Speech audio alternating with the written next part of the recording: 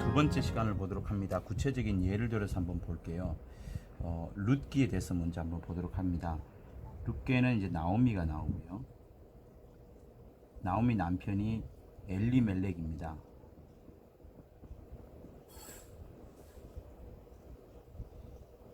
두 사람은 베들레헴에 살고 있었어요. 그리고 이제 아들이 생겼죠. 말론이라는 아들과 기럨이라는 아들이 생겼습니다. 근데 베들레헴에서 먹이가 신통찮았습니다. 생계를 꾸려나가기 힘들었기 때문에 이들이 모압 땅으로, 이방인의 땅으로 이제 이사를 가서 거기서 이제 생계를 꾸려나갑니다.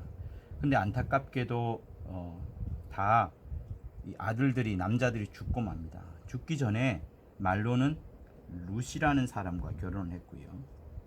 기럨은 이제 오르바라는 사람하고 결혼을 했습니다. 룻과 오르바가 다 모압 지방에 있는 사람들이에요. 모압 지방 사람이에요. 그러니까 이방인인 거죠. 그곳에서 엘리멜렉이 죽고요. 그리고 기럨도 죽고 말론도 죽습니다. 이제 계대 결혼에 의하면 말론이 죽었으니까 룻과 말론 사이에 자식이 없잖아요. 없으면 기럨이 말론을 대신해서 룻과 잠자리를 하게 되고, 아들이 생길 때까지, 딸 계속 나오면은 계속 계대 결혼을 유지해야 되는 것이고, 아들이 나오면 이제 그 계대 결혼은 종료가 됩니다. 근데 기럨 역시도 죽어버렸기 때문에 여기에는 이제 아무런 자식을 이어나갈, 이 가정의 기업을 이겨나갈 사람이 아무도 없는 겁니다. 자, 이제 나오미가 더 이상 모압 땅에서 살 이유도 없고 또 사는 것도 너무 힘들고 하니까 다시 베들레헴으로 돌아가겠다 이렇게 말을 하고, 두 며느리한테 니네들은 니네 고향으로 돌아가라. 왜? 이 사람들은 모압 사람이에요.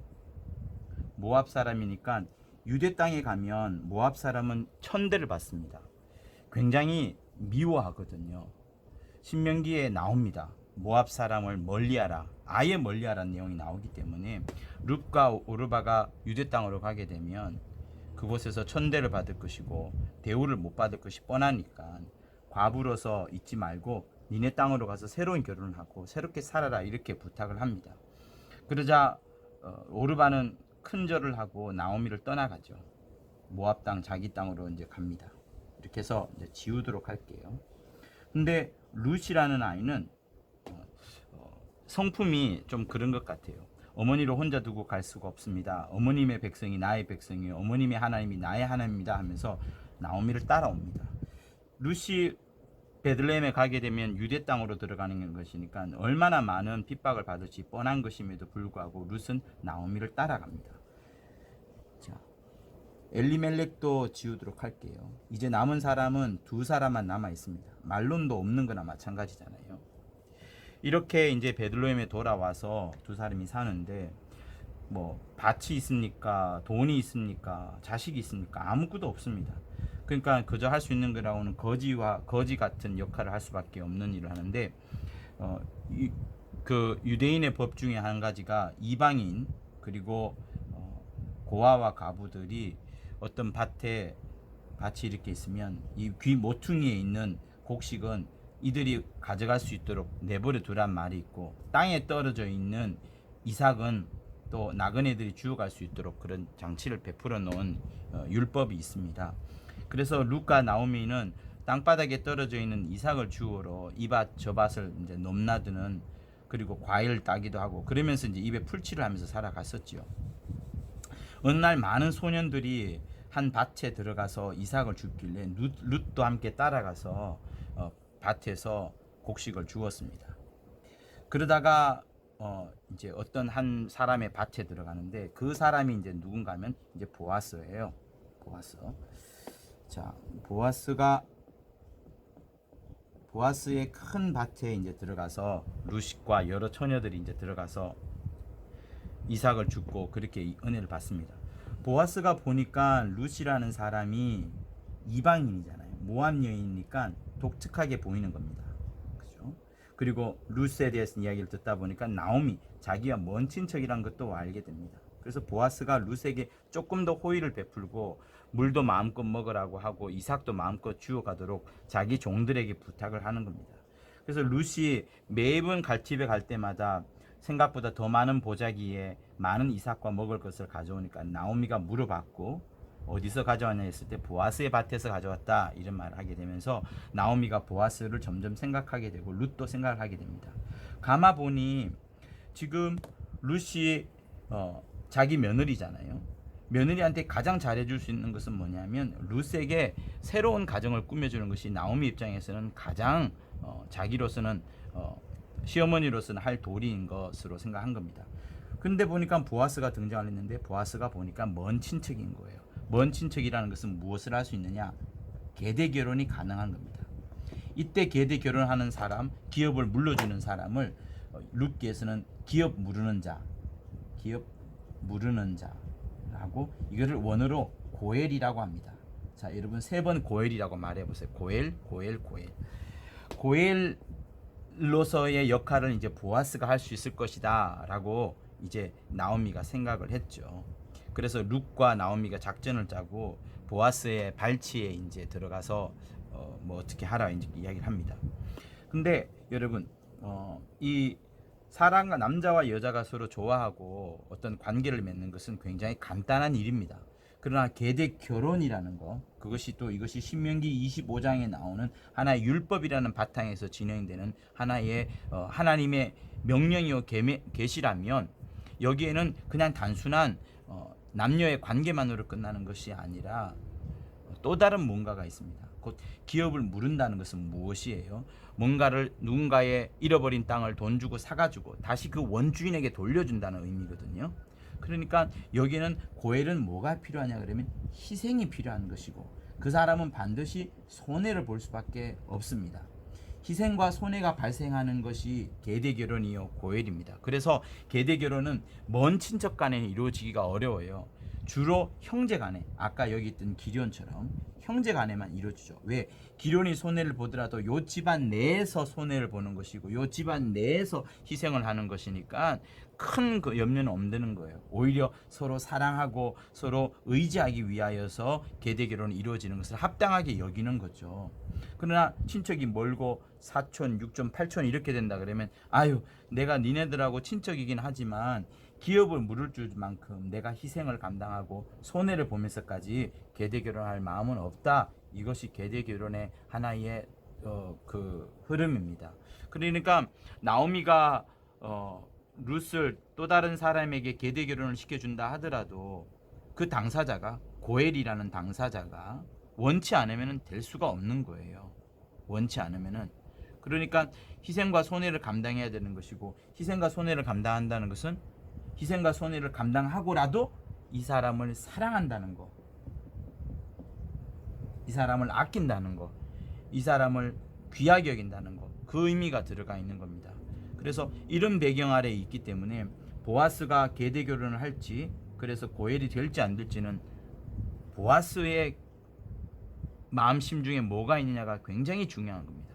보아스의 마음속에 희생과 손해가 없다 그러면 그리고 어떤 사랑이라는 마음이 없다 그러면 이 결혼은 이루어질 수 없는 겁니다. 단순한 남녀의 성관계로만 이루어지는 부분이 절대로 아니거든요.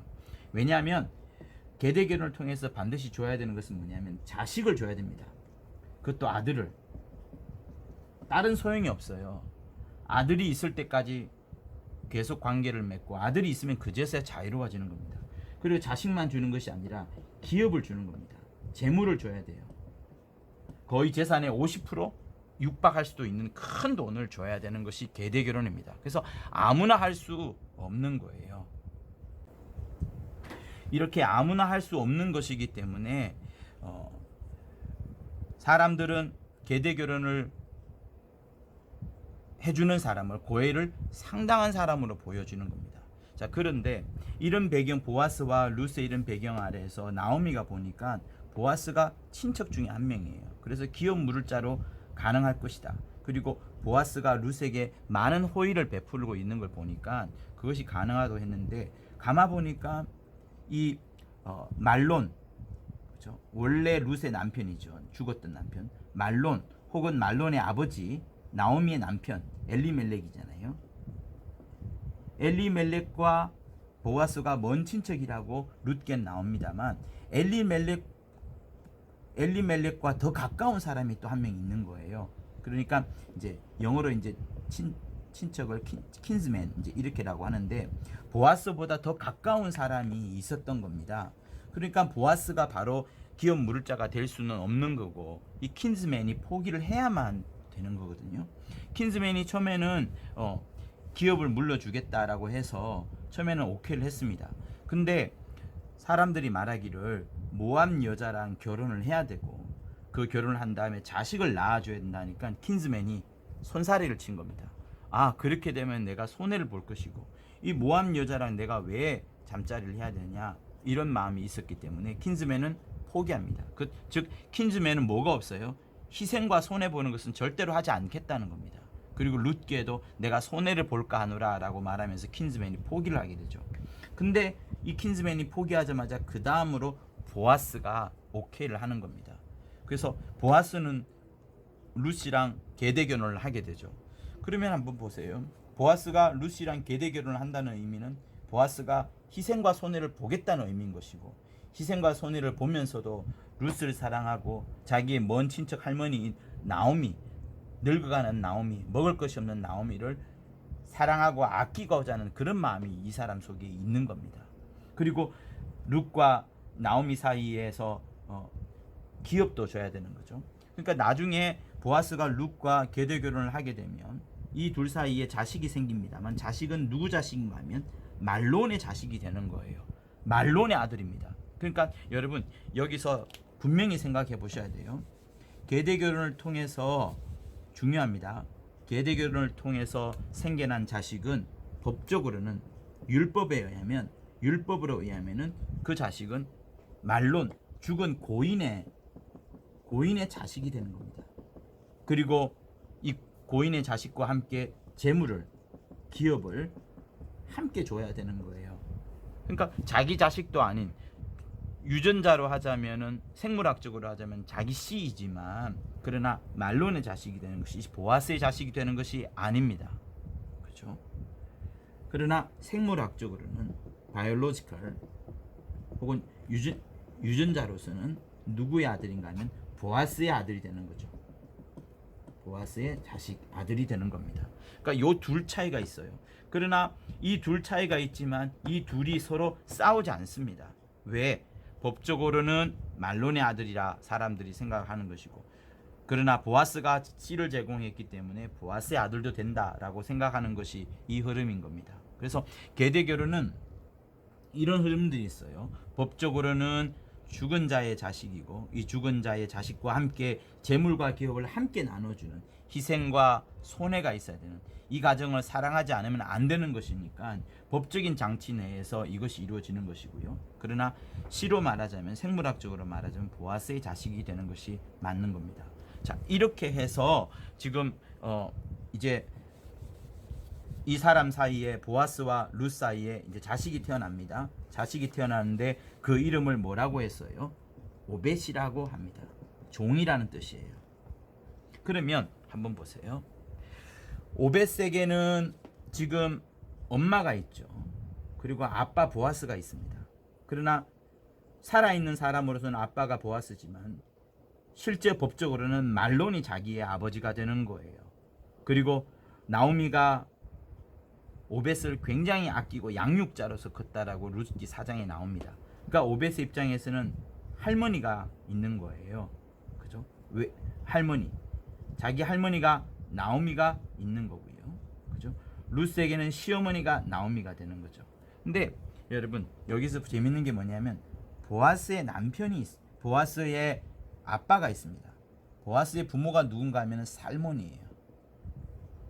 살몬. 그리고 살몬이 부인이 있습니다. 부인이 누군가 하면 기생 라합이에요. 자, 정탐꾼 살몬이 기생 라합과 결혼해서 낳은 자식이 보아스입니다. 그러니까 이 기생 라합은 이방인이잖아요. 보아스는 어릴 적부터 튼튼한 아버지, 정탐꾼으로서의 열심히 자기 민족을 사랑하고 목숨을 걸어서라도 전쟁터에 가서 정탐꾼의 역할을 했던 그 아버지의 피를 이어받아서 보아스는 신체가 건강하고 또 아마 그랬을 겁니다. 그리고 어머니가 이방인이기 때문에 이방 여자로서 또 많은 오해도 받았겠지만, 그러나 한편으로 어머니의 그 착한 마음, 믿음의 마음, 히브리서에도 기생 라합에 대한 이야기가 나오지 않습니까? 믿음으로 그는 살았다라고 나오는 것처럼 보아스는 아버지로부터 어머니로부터 신앙의 좋은 유산을 이어받았던 겁니다. 그리고 보아스 역시도 그 피가 이방인의 피가 있다 보니까 보아스가 룻, 모압 여자잖아요. 이스라엘 땅에서 핍박을 받을 수밖에 없는, 존중을 받지 못하는 룻을 눈여겨보게 된 것이고, 이 아이에게 긍휼을 가졌던 이유는 자기 엄마 때문에 그런 겁니다. 그러면 룻의 입장에서 봐서는 룻에게는 시어머니가 2명이 되는 거예요. 나오미도 시어머니가 되는 것이고, 보아스를 통해서 기생 라합도 시어머니가 되는 겁니다. 그러니까 이런 기생 라합과 나오미와 살몬과 보아스와 이런 흐름 속에서 오벳이 자라났으니까 오벳의 신앙은 적지 않은 신앙을 갖고 있는 겁니다. 굉장히 강한 신앙을 갖고 멋있는 신앙을 갖고 있는 거예요. 이렇게 오다 보니까 누가 나와요? 이새가 나오고, 그 다음에 이새를 통해서 다윗이 이제 나오는 겁니다. 그래서 한 신앙의 가문이 이어진다는 것은 매우 중요합니다. 부모가 어떤 믿음을 가졌느냐, 엄마가 어떤 기도를 해왔느냐에 따라서 자식들은 변하고 또 그 흐름을 받는 거거든요. 그리고 한 세대에서 하나님의 일꾼이 나오지 않는다 하더라도 다음 세대를 걸쳐서 하나님께서는 전 부모들의 기도와 또 수고와 희생을 따라서 쌓여진 기도가 이 자식들을 통해서 흘러나올 수도 있기 때문에, 믿음을 가진 우리 크리스찬들은 내 자식이 지금 혹시나 예수를 믿지 않는다 하더라도 계속해서 기도하고 축복해 주는 것들이 꼭 필요한 겁니다. 네. 그래서 이런 구제 속에서 지금 계대 결혼이 이루어졌어요. 그러니까 만약에 보아스와 룻이 계대 결혼을 하지 않았다 그러면 이 가문 내에서 오벳은 태어날 수가 없는 것이고요. 이 가문이 사라지는 거죠. 자, 그런데 성경은 재밌게도 이 오벳을 따라 올라가잖아요. 우리가 이제 여기서 예수가 나오고 그 다음에 다윗이 나오고 이 족보를 계속 올라갑니다. 그럼 오벳의 부모가 말론으로 예수의 족보에 기록되어 있지 않고, 룻기 4장에도 말론으로 기록되어 있지 않고 보아스로 기록합니다. 그리고 이 보아스의 가문은 쭉쭉쭉 올라가다 보면 살본 위에, 이 위에 올라가다 보면 쭉쭉쭉 이렇게 올라가다 보면 누가 나오면 베레스가 나오고요. 베레스의 부모가 누구냐면 바로 그 다말과 유다와 연결이 되는 겁니다. 그래서 요선에서 일단은 한번 더 보기로 하고요. 자, 룻기에 관련된 계대 결론은 여기까지만 일단 보도록 하겠습니다.